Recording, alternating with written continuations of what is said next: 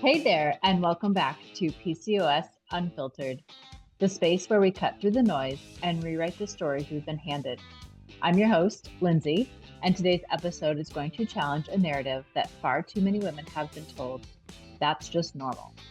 Whether it's fatigue, bloating, weight gain, or being dismissed because of your diagnosis, you've probably been told to accept a version of health that feels anything but empowering. My guest today is Samantha Breckton, owner of Knot Now Therapeutics, and she's here to flip that script. As a certified bodywork therapist, Samantha has helped countless women reconnect with their bodies and shed the idea that they just have to live with it. We'll talk about how lymphatic massage supports hormone balance, detoxification, and inflammation, and why it's a missing link for so many women, especially those navigating PCOS. Plus, we'll get real about how powerful it is to question what you've been told is normal and how you can begin to reclaim your story. So, if you're ready to ditch the diagnosis mindset and move toward healing that's actually aligned with your body, this episode is for you. As always, the content shared on PCOS Unfiltered is for informational and educational purposes only. The views and opinions expressed by the host and guests are not intended to serve as medical advice. Always consult with a qualified healthcare professional before making any changes to your diet, exercise, or treatment plan. The information shared is based on personal experience and expert interviews and is not a substitute for professional medical guidance. Now grab your foam roller and let's get into it.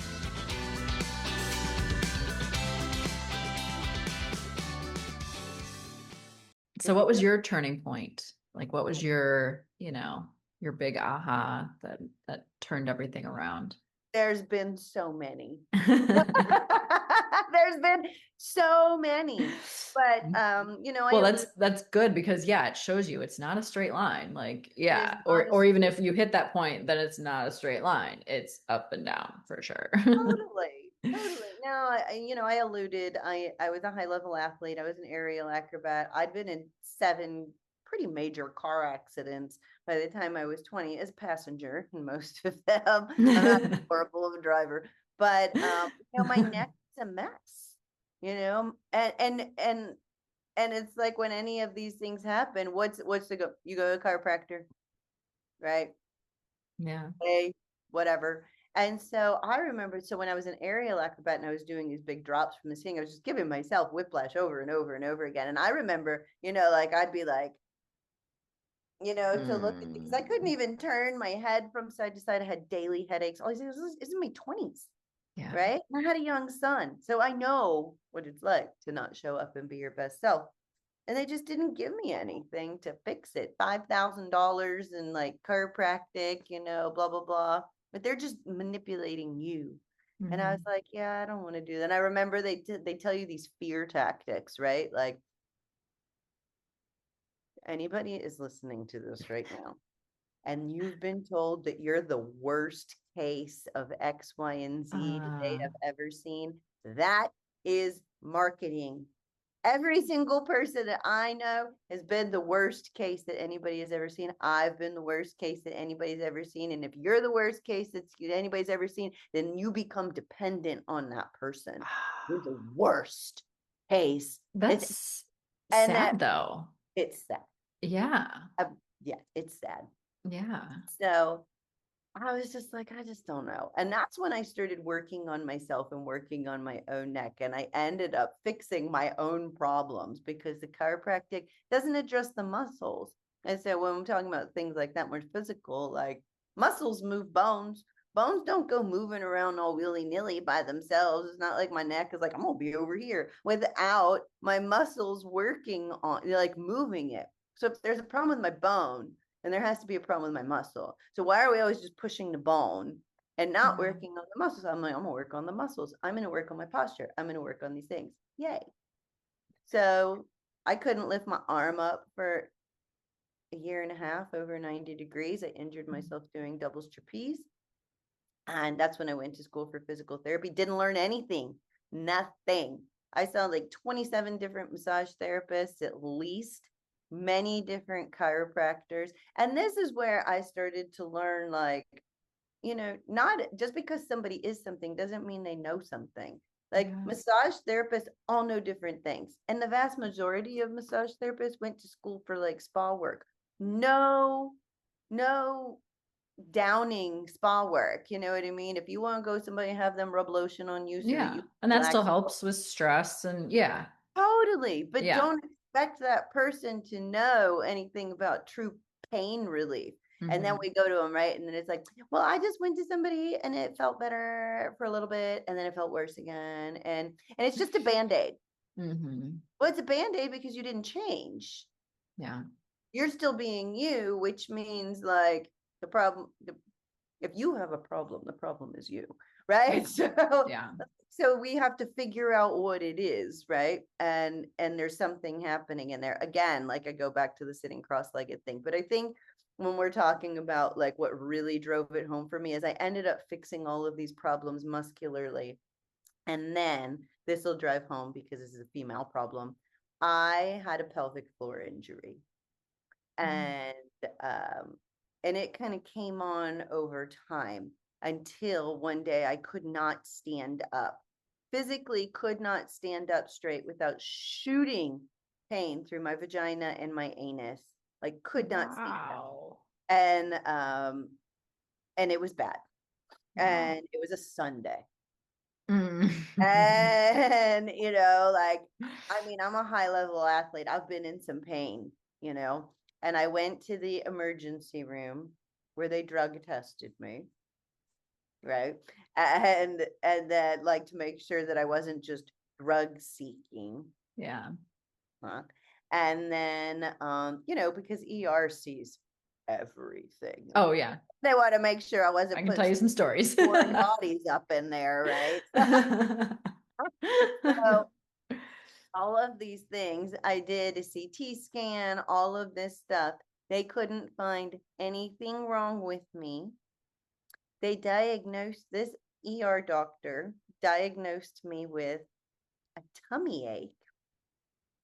And you have to know I lost my mind, right? Oh my And this gosh. is where Yeah. I go back to like the anger thing, like, you know what I mean? And it's like, I looked at him and I was like, I don't know what doctor school you went to, but I'm an educated human being. And I happen to know that my tummy is nowhere near my vagina. So give me a correct diagnosis. That would be great. And they're just like, get her out of here. right. So they ended up giving me like an IV muscle relaxer, like you would for any 2-year-old with a tummy ache. Mhm. And then they gave me a prescription for muscle relaxers, and I can't remember what it was at this point in time, and sent me on my way, told me to go follow up with my, OBGYN, whatever it is. Yeah. So I did that. I went into the OBGYN and they did like the vaginal ultrasound, couldn't find anything wrong. She's like, well, maybe a cyst ruptured, maybe. And I was just like, no, I'm in pain. I had a burning pain in my what I would consider my ovary, like ovarian pain, like almost like, sometimes you get a little crampy when you're ovulating or something like that. I had that burning pain for 4 years. Oh my gosh. Oh yeah. I thought I had ovarian cancer. I thought I was dying, actually. Wow. And I was just like, what is going on? But they couldn't find anything wrong with me. I worked in physical therapy. I was working in a women's health clinic. You know what I mean? I was like, can somebody please check me out? They're like, you need to make an appointment. And you have to know I'm not doing that. Somebody was like, why don't you just go sit on a tennis ball? And I was like, seriously? Like, Oh my and a gosh. whole lot happened within that system. And I ended up looking for a different job. I moved to Florida and I was working for a husband-wife duo in women's health. Now, this is going on 4 years, right? And so now my hip is really bothering me. Like for 4 years. Yeah. And I'm doing everything that I know how to do. And I'm pretty good at what I do, right? For the hip pain. And it would get better and then it would get worse, right? So I understand the whole like, it felt better after she worked on it, but then it got worse. And I was like, I'm missing something. Yeah. So I moved to Florida. I'm working for this husband-wife duo, and I'm throwing everything at it. I'm exercising 9 hours a day with all of my clients. I'm on the traction thing, which made it so much worse. Oh my God. Wow. Right. And like all of these things. And so finally I went to Gina, who is a pelvic floor specialist. And I was like, can you please just like go up in there and just tell me if I'm dying? Like, I just want to know if I'm dying of ovarian cancer. So she did a pelvic exam for me, and I lit up like a damn Christmas tree. When she hit, oh, I don't have my pelvis. Let me grab my pelvis really quick. I feel like it's important. So she did my pelvic floor exam and went up in there and started like feeling these muscles in here. They were like, right, going crazy. Oh my gosh. So she just was just like, this is your problem. You have so much tightness inside of these muscles. And she probably treated me like maybe 3 times in 2 minutes between clients. Like I'd run in there, take my panties off and have right, and then run back out. And then I would do all of the external work, working my adductors, my hips, and all of that. 3 little 5-minute thingies with her. Every single symptom I had went away. Oh, and what I forgot to mention is not only was I having the hip pain and the back pain, then I started to become incontinent. Right. So I'd be going to I went to the bathroom. Yeah. Right. And then I would think I was done and I'd stand up and I'd dribble all in my panties. Very common. Right. Common for people. It's not. And so and I was like, oh no. I mean, I was 36 years old at the time. And I was like, I am 36 years old. I cannot be peeing myself. I'm not going to be. And what did they tell you to? Oh, just get Depends. Just wear a panty liner. That's not going to fix the problem. Yeah. And so, and then I had another symptom called dysuria. So what that means is that I always go to the bathroom at night before I lay down to go to bed. I go to the bathroom, I'd lay down to go to bed, immediately feel like I had to pee. I was like, do I have a urinary tract infection? Like, what is going on? So I'm having all this testing done, nothing. And I feel like I'm insane, right? Everybody's telling me there's nothing wrong with me, and there's a very real problem. So after she released those muscles, I was like literally like a week after 4 years. Oh my gosh. And so I was just like, like, how can I do this myself? And she ended up giving me a pelvic floor wand. And so anytime I feel like, because I can feel it, like if I'm running, something like that, now I have that propensity, right? Like this is like patterning in my body. And so I know that I can use my pelvic floor wand and I can go in there and I can release those muscles all by myself. I don't need anybody else to do it for me. And like I have 0 symptoms, 0 pain. I am 46 years old, and because of all of this work that I've done on myself over the years, and I know how much of it is muscular and posture wise, and I've fixed my posture and I'm working on my body all of the time, I have 0 pain in my body, 0. And so isn't this the time that I'm supposed to be feeling worse? Isn't this the time that all these things are supposed to be coming out? I was worse when I was in my 20s and 30s. I was too. I was worse then because I didn't know anything like I know now. And because I take massive action, right? And because I'm working on my body every day, and because I prioritize my personal health in what I eat, in my movement, in my self-care, in my therapeutic rolling, in the fact that I will take a pelvic floor one and go up my hoo-ha and release my own muscles, you know what I mean? That I, more than that I understand. And I think that that's one of the things that a lot of people miss. They take their diagnosis, they don't even know what it is. Yeah. You know what I mean?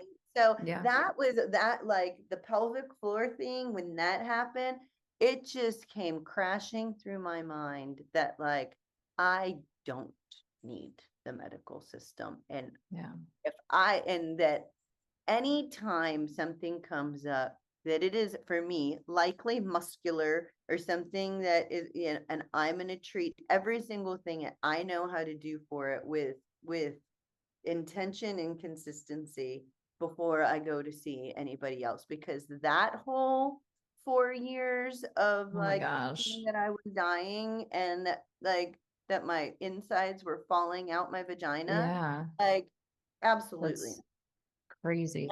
And people live like that. Yeah, yeah.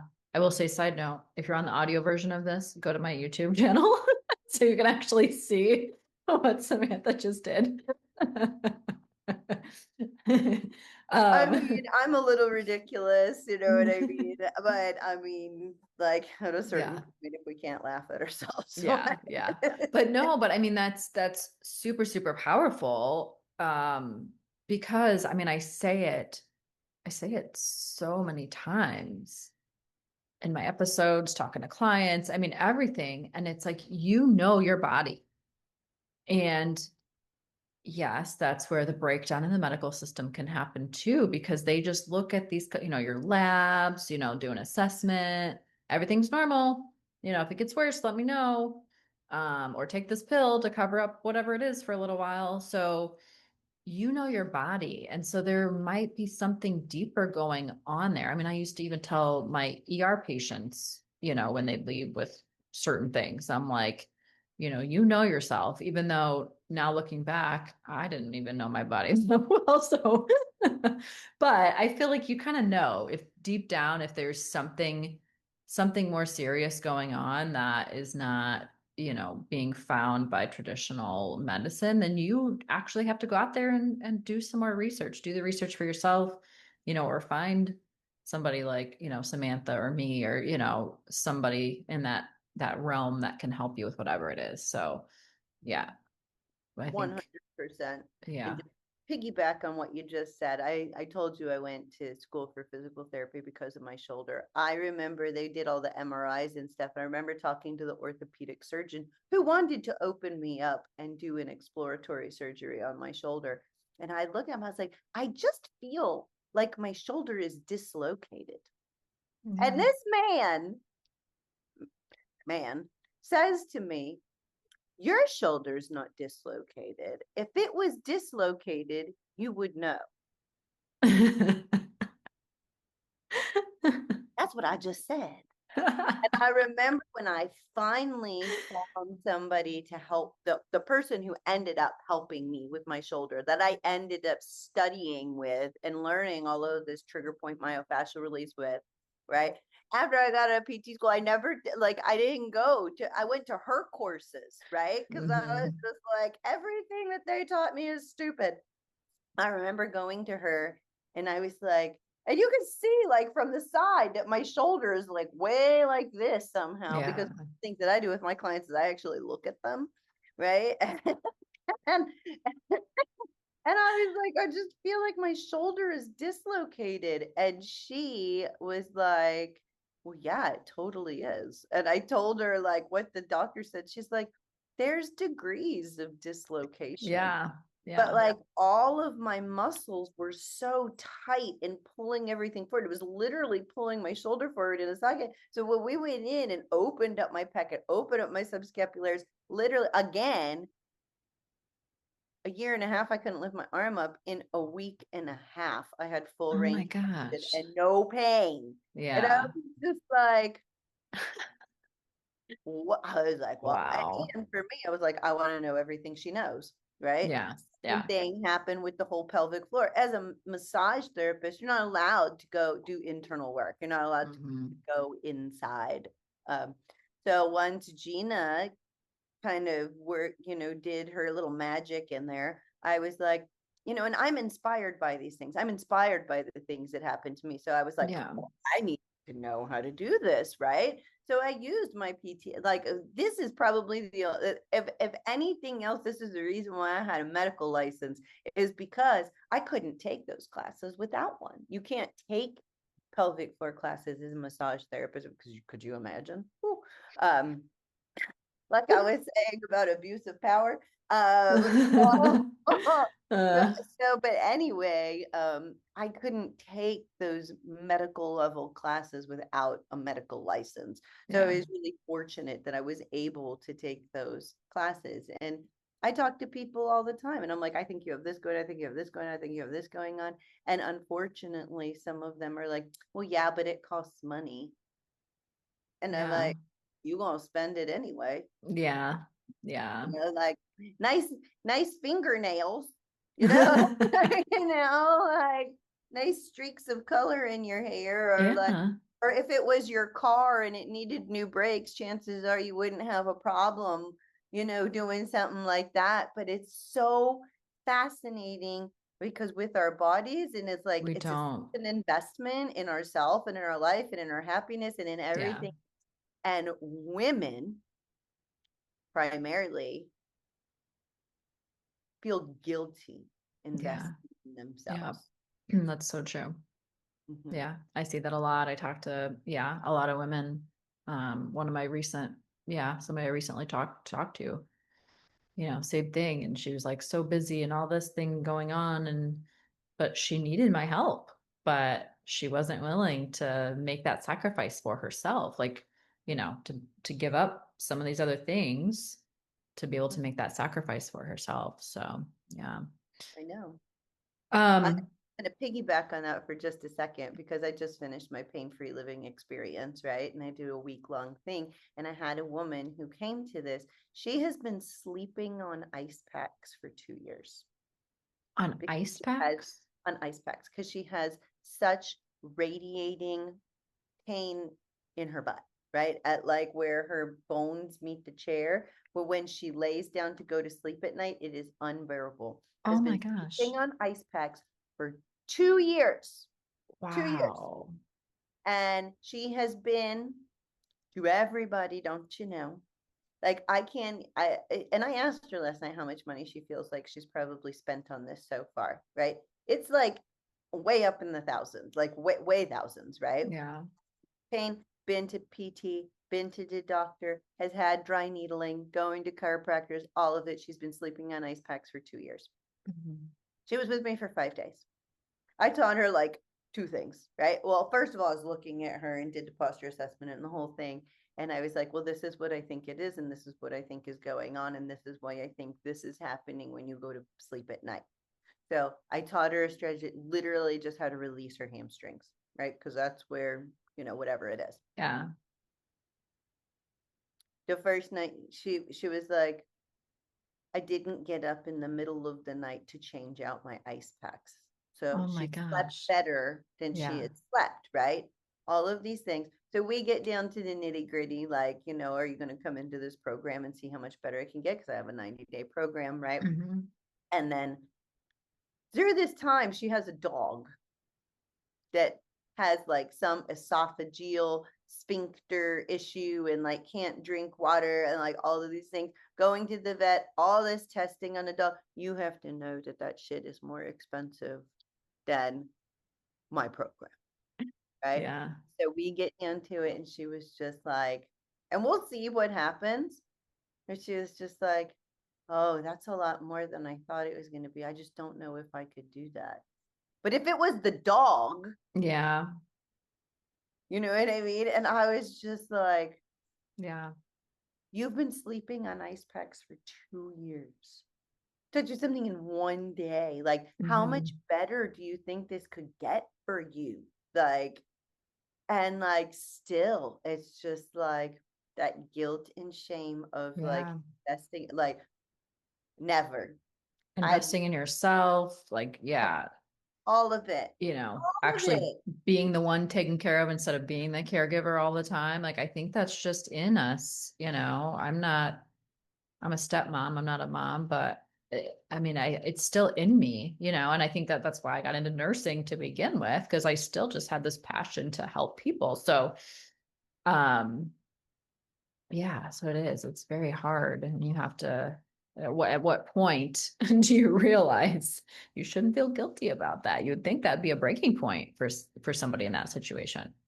One would So, imagine. Yeah. But, I see it all the time, and you probably see it too, because if somebody took your car to the mechanic and they told them that they needed new drums and brakes and some new tires and it was $5,000, they just pull out the credit card and pay for it. Yeah.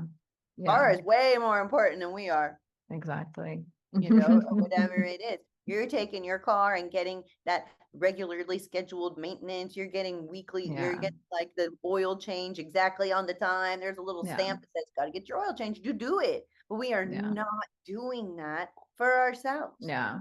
Yeah. And just like the car, you have to keep everything running smoothly so you don't get all the check engine lights and all that stuff. Our bodies Everything are the same way. Yeah, they want to run smoothly too. And so you don't get the pain or the check engine light. girl, we've been Whatever putting it is. super premium unleaded in the car and then going through Starbucks and poisoning ourselves. You know what I mean? It's like, what? If this conversation with Samantha lit a fire in you, if you're thinking, wait a minute, maybe this isn't my forever, then know this, you are not broken and you don't have to settle for survival mode. Healing starts when we question the labels, the limitations, and the lies. And it deepens when we tap into the tools that support our body's natural rhythm, like the lymphatic system that's been overlooked for far too long. I will put the links in the show notes so you can connect with Samantha and learn more about her work at Knot Now Therapeutics. Her sessions, her philosophy, and her heart for women's healing are truly one of a kind. Until next time, keep nourishing, keep healing, and thriving.